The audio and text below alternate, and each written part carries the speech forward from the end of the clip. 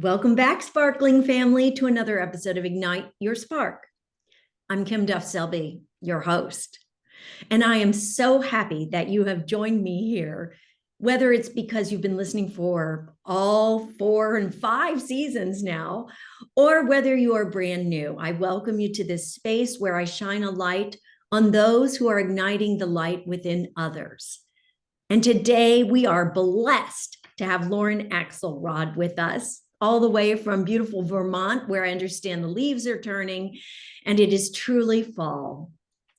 Lauren is an ordained interfaith, interspiritual minister, chaplain, spiritual director, and teacher.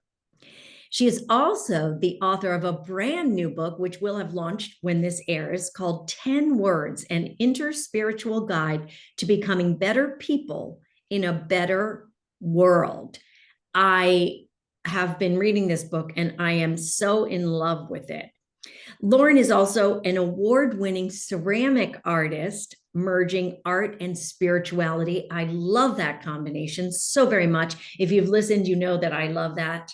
That's just so vital to our growth and experience as humans. She is a hospice chaplain and end-of-life doula, supporting those in the process of death and dying. She lives, as I said, in Vermont, where she grows organic veggies, tends a maple-filled forest, serves tea, and enjoys hiking, kayaking, and nights by the fire under the stars. And I love to read the personal bits about one of my guests, because who knows out there who will connect with that and go, oh, me too, me too, me too. So welcome, Lauren. Thank you for being on Ignite Your Spark. Well, thank you so much, Kim. It's really an honor and a pleasure. Thank you for having me. Oh, it is my honor and my pleasure to read this beautiful book. As we begin our conversation, I, of course, need to ask you, Lauren, how do you ignite your spark? It's such a wonderful question. And I really love the phrase ignite your spark, because it's really a spiritual phrase, right? And I ignite my spark by guiding others to discover their divine spark. Right? To find their own connection to themselves, to others, to whatever they call sacred, and to find their own authentic, practical spiritual path. Mm-hmm. We live in a world today where there's all kinds of options, right? And we can end up with a mishmash and not find what is true to us. We're listening to whoever the guru of the day is, right? And not necessarily finding our own connection. Right. And I think that is so important in spirituality. Yeah, that is important and it is beautiful. And as you were saying that, I was thinking back to when my daughter was 4, maybe, and she said, Mommy, is God a boy or a girl? And I'm like, oh, time for church. It was just like, I had no idea how to answer that. So we ended up going to a Presbyterian church, which was perfect, very open, very liberal, very positive for many years. And then she went to a Catholic high school, and that dogma, she wasn't into that at all. Neither of my kids were into that. But it is interesting because it's important to raise children openly, knowing that there's so much more out there. And Right. I think my children get that, they're adults now. But I would love to hear a little bit about your origin story. Like, were you brought up in a very spiritual home? How on earth did you get into this, being a end of life doula for people passing? That's huge and such a gift that the world needs. But how did you start your path? Well, I was raised in a culture of religiousness. My family is Jewish and my uncle was a rabbi. And so, we had a very not traditionally reformed, traditionally liberal Jewish family, but I went to an Episcopal school. So I was in chapel every day saying the Lord's Prayer. I was at candlelight service for Christmas. I had Bible study. And then I was also blessed to have, we had a housekeeper when I was young who was the pastor of an African-American church. So on Sundays, my brother and I went to that church. So we had this whole mix of religiousness, but none of it was dogmatic, which was so wonderful. And then my mother, who was a seeker, got into Zen in the 70s and said, here, read this, Zen and the Art of Motorcycle Maintenance. And I was 12, and off I went into that world, and into the world of mysticism, and into the world of seeking, being a seeker. And pretty much spent my entire life doing that. I have sat with shamans and Sufis and Roshis and lamas and really tried to explore what it is that I had this urge for, but I couldn't really name. And at a certain point, I did consider going to rabbinical school, and my uncle, the rabbi, talked me out of it because he said, would you really be satisfied in a singular tradition? And I had to think about it, and I said, no, I wouldn't be. I really wouldn't be, because there's a perennial wisdom. There is a truth underneath all of the religions, right? The faith and wisdom traditions are all underneath it saying the same thing. And that's what I was interested in. I wasn't interested in leading worship services to one God or another. Right, right. I was interested in what's real and what's true. Did you become an interfaith, interspiritual minister when you were young? No. So did you have like a career before you went into that? I've had many careers. Yeah, well, haven't we? When you I've reach had a many certain age. careers. I was a documentary filmmaker for a number of years. I taught video production and media literacy. I've been a journalist. I've been an award-winning ceramic artist, background in theater.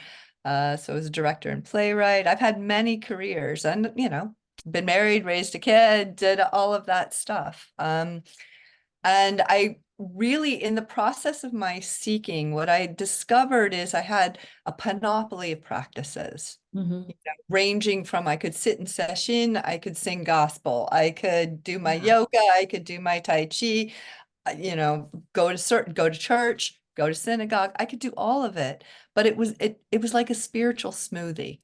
And it didn't have a core. Yeah. It didn't have a center. And I was starting to find myself dissatisfied. Like, I learned a lot, but I wasn't getting any further along a path. Yeah. There wasn't one. And so I went to interfaith, interspiritual seminary looking for that path, trying to find that common core, that what I called the container with flexible, transparent walls. And in the course of seminary, I, studying the world's traditions, and on a much deeper level, not just in my own experience, but on a much deeper level, pastoral care, spiritual formation, all of these things. We actually had an assignment in seminary, which was to write on something that we didn't cover in class. And I chose something called new monasticism, which is a trend that takes the gems of a monastic life, which is where you're living your life from your spiritual center, but moves it into the modern world, not in the cloister. And I was like, whoa, I can be a monk? Awesome. I want to be a monk. But in the course of doing all my research, what I discovered is that is what gives you the core. That's what gives you a unity. All the monastic traditions have like a rule of life or precepts or practices. This is the structure. But I didn't like any of them because they were too prescriptive. They were the thou shalts and the thou shalt nots. And I said, well, I have to come up with my own. And in the process of that, I came up with the 10 words that are the common core, the common fundamental principles and aspirations of all of our world's faith and wisdom traditions. They're not exclusive to any one of them, but they are true across the board for all of them. Right. And I wrote them down, and I got all excited about it. And then I went, oh, wait, I got to find out if these work.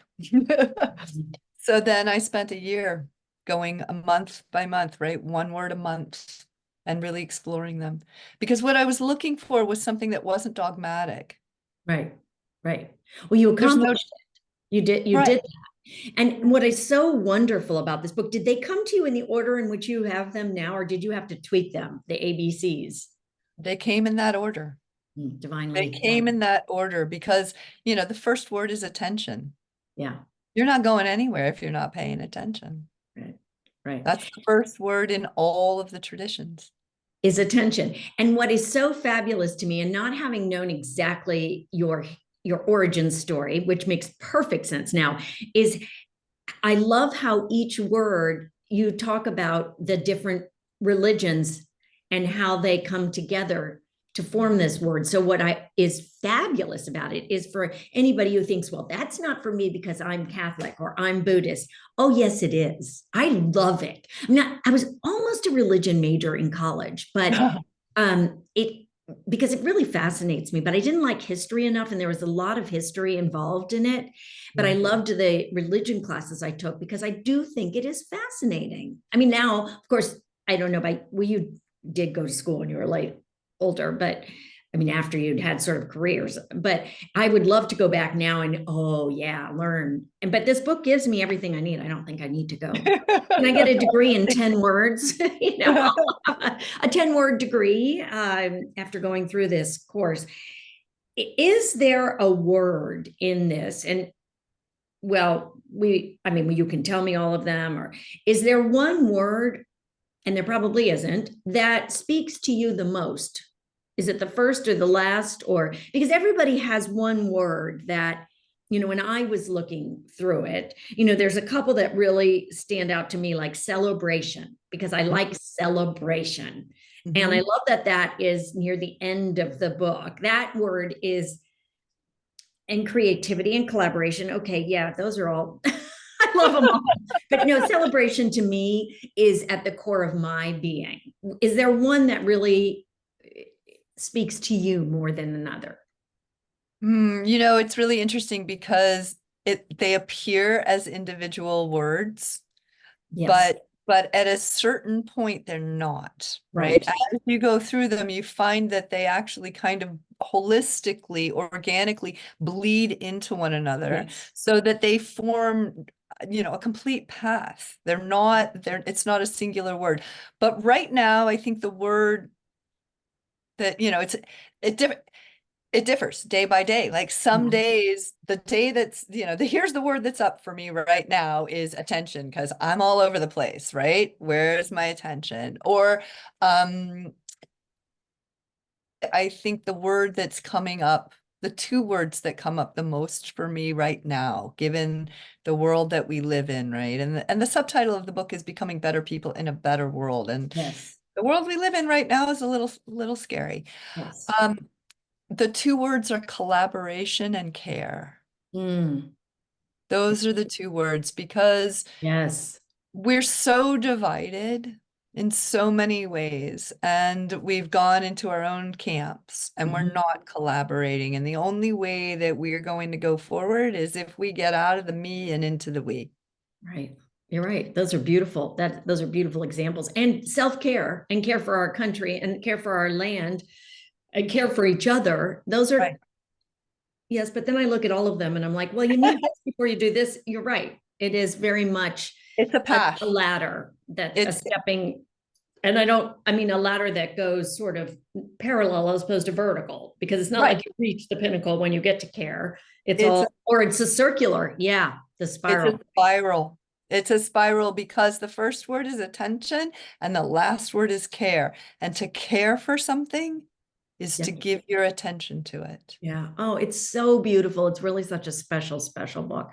But Yeah. obviously, you're a special human. Let's talk, as we sort of started talking beforehand, which happens to me because I want to get into it immediately. We're talking about your experience as a hospital chaplain or an end of life doula. And that is something that many, many, many, many, many, many of us would not choose to do, could not do without breaking down. What called you to that, other than that divinity, that divine voice telling you, saying, Lauren, this is your path? What is it that you think brought you to that? Um, I like intensity. Okay, there you go. And I like, what interests me is getting to the root of things. Mm-hmm. getting to what really matters, Mm. and that's really at the core of spirituality too, is what matters. Yeah. Yeah. And if you really want to know what matters, talk to people who are dying Yes, you're right. Yeah. and be present with that process, because, in this culture, we push death away. Mhm. No, no, no, not happening to me. Well, it's going to happen to all of us, right? And it is part of life. Mhm. It's part of the cycle. But when people get to a certain point, and we're all going to get there one way or the other, right? You get to a certain point, anything that doesn't matter gets pushed away. It falls away. Like the Mhm. leaves on the trees, it just falls away and fall.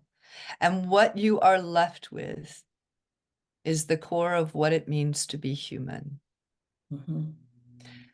And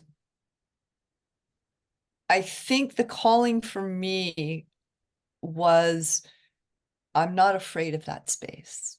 Mhm. I'm Yes. not, I want to know, spirituality is really three questions. You can boil it down to three questions. Who am I? Or what am I?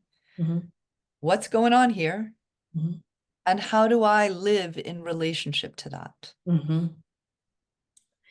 And as you hear so many people as they are in transition from this space to the next, will say, well, that didn't matter. Why did I spend the money on that when I really should have been with my kids, or I should have been spent more time in relationships? And Mhm. I know this, and yet I still go, oh, I want that. Mhm. I want that material thing, or I want to take that trip, or I want to do that. Want. And there's nothing wrong with that, right? No, because we're living a human, we're here. Yeah, And that's we're part of here. life, right? We're here and we're meant to enjoy being here, Right. right? We are Oh, I meant to. do. It's a balance. Yeah. But I think that as we get older, we also realize, and it's not that I think about mortality as such, but I do think of, oh, well, there are other things that are more important than that new pair of shoes that I might covet because I'm a fashionista at heart. I don't know. I can't help it. I love clothes. And but I realized I would much rather have a deep relationship than a lot of things. I'd rather have a great conversation with someone than a lot of things. Yeah. Yeah. And it really cuts to the chase by the end. I Yes. have a wonderful patient. She's 104. Oh. She's amazing. And every time I walk in, she's, wow, you're here. Mm. Just showers me with kisses, and then her fingernails are always perfectly painted and they've got sparkles on them. And last time I went in, it's like, wow, look at your nails. And she was like, wow, look. And it's that Um, wow. yeah. It's that wow. Yeah. And that's what, it's really interesting. You hang out in that interstitial space between life and death a lot, right? But there are times that it brings you right back into the life part, which is the Mhm. wow, we're here. And if there's anything that I quote teach, I like to say, I have nothing to teach you. You already know. What I am here to do is help you remove the obstacles to Mhm. your own knowing. And Mm. what we do know is that the simple fact of our own existence is mind blowing. It is the wow. Mhm. That Mhm. you are alive. That is the wow. Mhm. I do think, I was never like a bird watcher or someone who really, I appreciated nature and flowers, but now I'm obsessed with hummingbirds that come on my deck. And Yeah. that's a wow factor for me. But I don't think when you're younger, you're so caught up in your life, in your me existence, or in your kids, when you have kids, you're caught up in that and you rarely take time for those wow moments. Of course, I wish I could do it over with my kid, not do it over, but spend more time in that wow with them. Because seeing wow life through the eyes of a child, it's different and similar to seeing it through someone older, right? Yeah.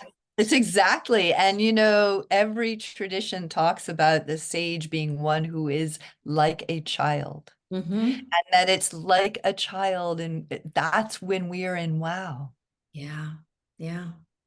You Right. know, and I I mean, start my day every day. I start my day. I go outside. I don't care what the weather is. I go outside and I look around and it's wow. yeah. Wow. I'm here. This Mm, is here. I have the blessed opportunity to witness it and participate in it. And that is the joy. That's, ultimately one of the things that religion often does to people is it takes away the joy. right. Right. And it becomes, and I understand, and this is something I would love to talk about too, is I understand that why people go to church every day or every other day, or because it brings you back to your heart and your soul and to divinity, because we need that reminder. Mhm. And if we could find that without having to go to something so structured, I think personally it would be better. I don't know, better, but nature is my Right, religion. Yoga is my religion. right, It's what I right, say. I mean, I've done the church thing on enough. right. And I will tell you, Lauren, just so you know, I mean, I said this on the podcast 8 years ago, I did my DNA. I found out I was adopted at 22 when my mother passed. Story. Wow. And I did my DNA and through 23andMe and found out I was half Ashkenazi Jew. And I was raised, in a spiritualist home. Right. And my heart soared. It was like, oh, it makes sense for so many reasons, which I've said on the podcast before. I spoke in friends' bar and bat mitzvahs. My first boyfriend was Jewish. My first kiss was Jewish. First everything was Jewish, Right. and I've just felt a connection. And I love Judaism because as you said, you were brought up in a culture. It's a culture. It's a way of being. It's not just a religion. Right, right. And I think that, going back to the where you find the sacred, where you find the joy. Yeah. I'm not here to tell you where to find it. I'm not here to name God for you, Right. you know? And if you find it in nature, if you find it in yoga, if you find it, my 104-year-old finds it in hot dogs. She loves hot Oh, dogs. oh, She just loves hot dogs and she'll wax poetic about hot dogs. Fabulous. wow. Wonderful. Now, do you see her? Is she in hospital or you go to her home or you? No, I'm a hospice chaplain, which Oh, that's means right, that not hospital, hospice. I go to people's homes. So So I are see they all every at day. end of life? When you say you go to her, so does she have something wrong with her or she's just elderly? She's She is 104. remarkable because she's 104 and on no medications. The only thing, she's 104 and we've got planned obsolescence. The body, her Right, heart, circulation, tiny little bit of, dementia. When she's there, she is there. When she's not, she's not. But there's nothing wrong with her. But, I see people in heartbreaking situations how as do well. you deal with this as when one of your clients passes, makes the transition? I mean, you're a human being, so of course you're sad. And do you need to take time to digest and absorb and release? Yep, I do. I do. I mean, I am a human being, and yes, Right. it's my job, and yes, I see people die every day, but it doesn't mean that it doesn't affect me. Yeah, of course And, not. and I have a home altar, and for each of my patients who pass, I put a stone on the altar. How long So have you that been doing this, a hospice chaplain? I was an end-of-life doula for several years and have been a hospice chaplain for a couple of years now. And end of life doula would be different. How? It's a little bit different because an end-of-life doula, you're not working within an institution, right? I Oh, work within the medical system as a now. hospice chaplain, right? Yeah. But an end-of-life doula is even more holistic. Hmm. There are limitations to what I can do within being a hospice chaplain.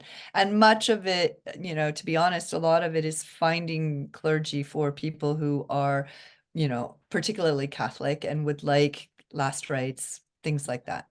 I can't do that. Not a priest, you know. Right. Right. So, Lauren, the one thing, well, I don't know Judaism, so I shouldn't say the one thing. Yes, I've been to temple and I've, been to many bar and bat mitzvahs. But what has it is my understanding from friends who are Jewish that they do not believe in life after life. That's it, in the ground, ashes to ashes. So we believe that it's your feet on the ground here that matters. We're not, unlike Christianity, and other religions that are really focused on the afterlife. Uh-huh. We're not focused on the afterlife. We're focused on what can we do right now here. There's a beautiful teaching, which is do not be daunted by the world's grief. Love mercy, walk humbly now. Yeah. Okay. You are not obligated to complete the work, but you can't not do it either. That's kind of a subtext, Mhm. I've condensed it a little bit, Mhm.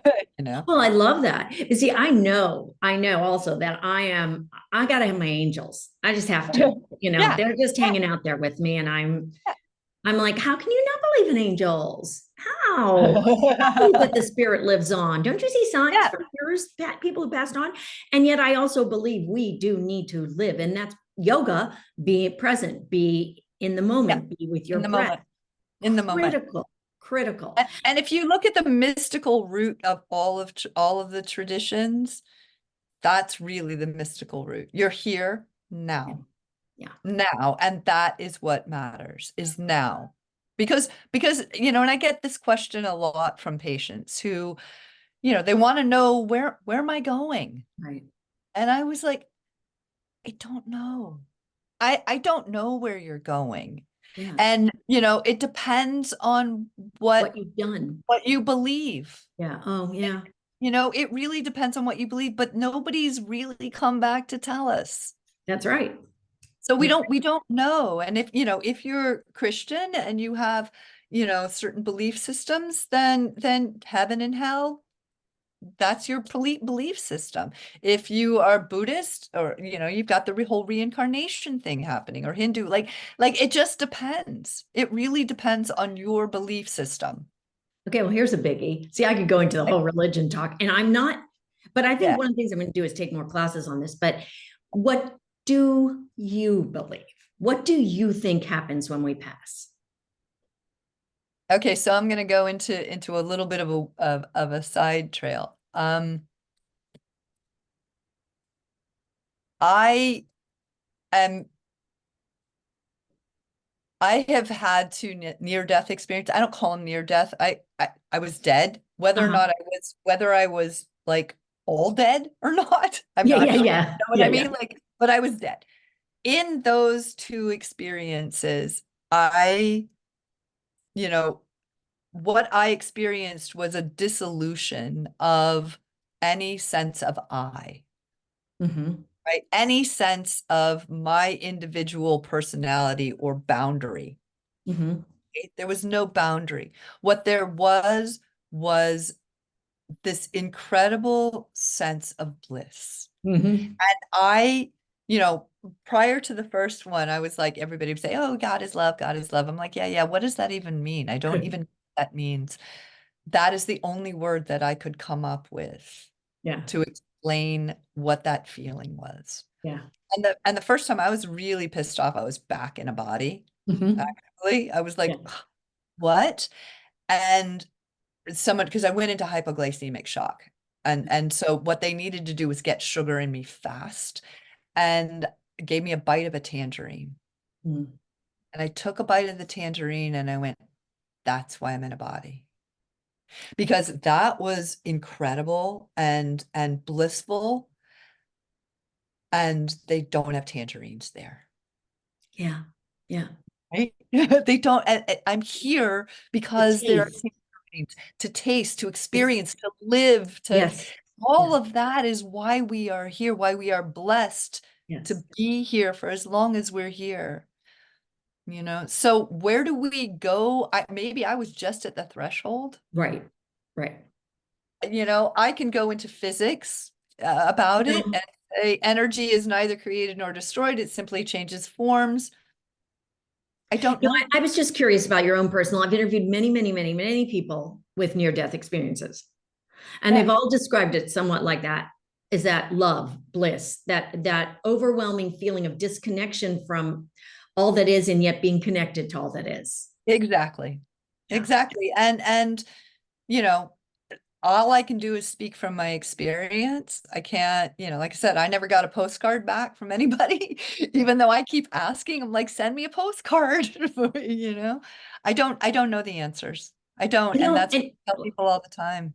no, of course not. And I love that we don't know the answer. If we did know the answer, we wouldn't be here. So I think you could ask for a sign, send me a feather. Sometimes that happens, Yeah. and a lot of people will talk about birds. Yes, birds, a A lot of birds. lot of Yes. birds,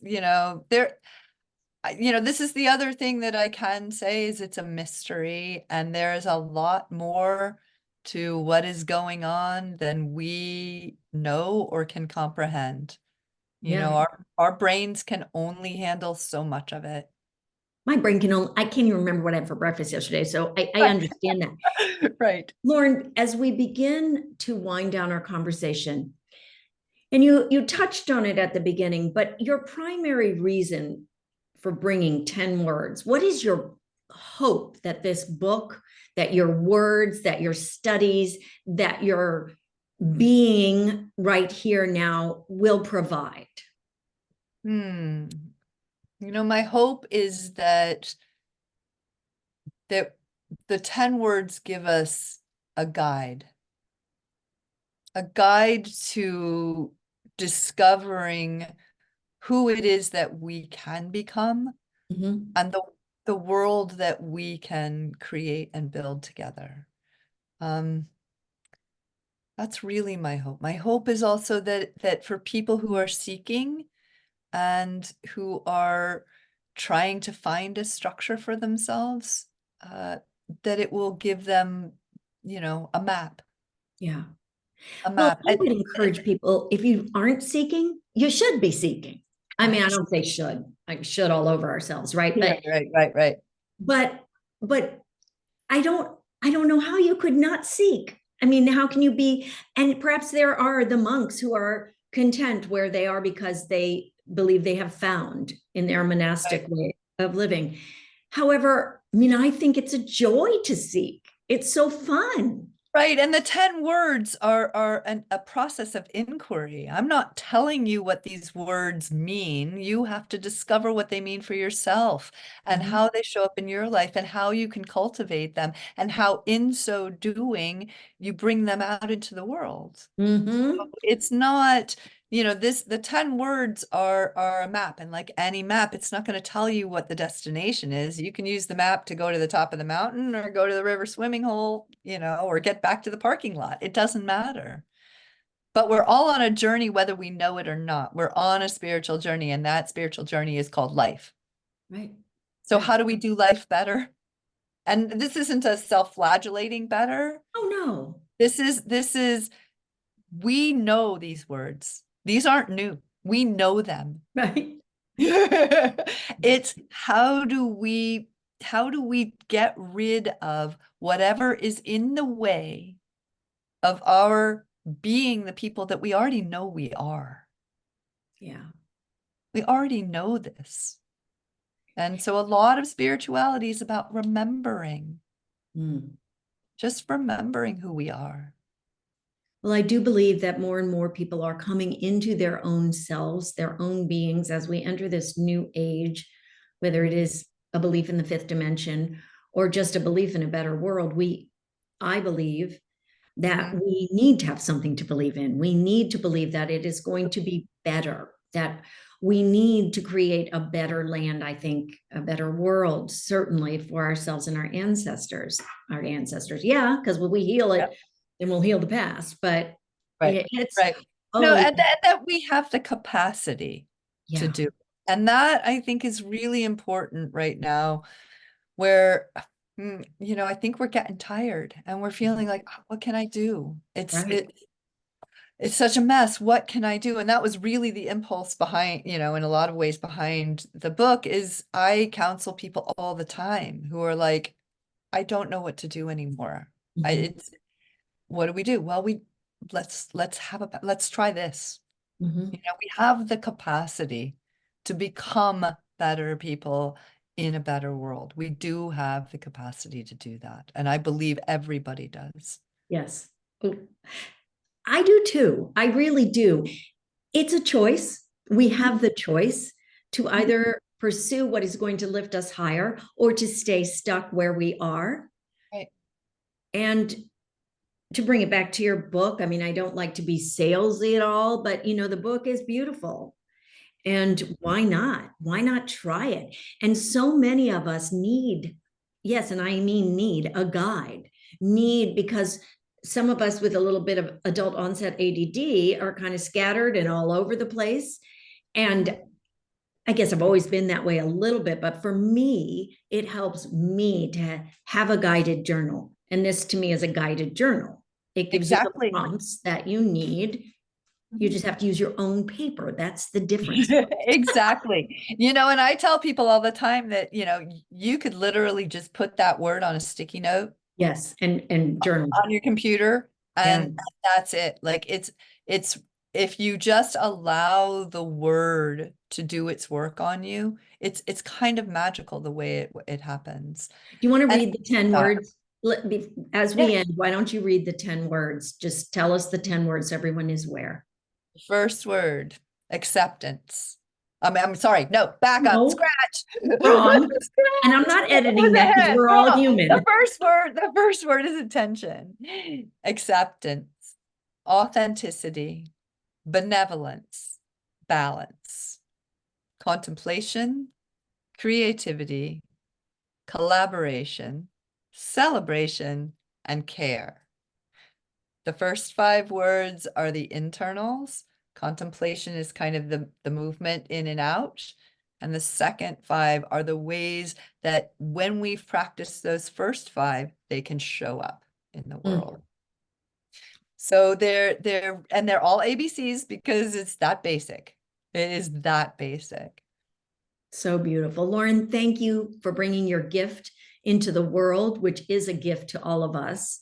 Thank you. The 10 words, it's out now. I highly recommend it as a great gift for someone, especially yourself, because the first person you have to take care of is you.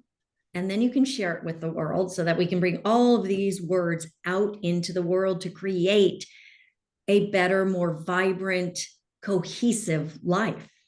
Yeah. Thank you so much.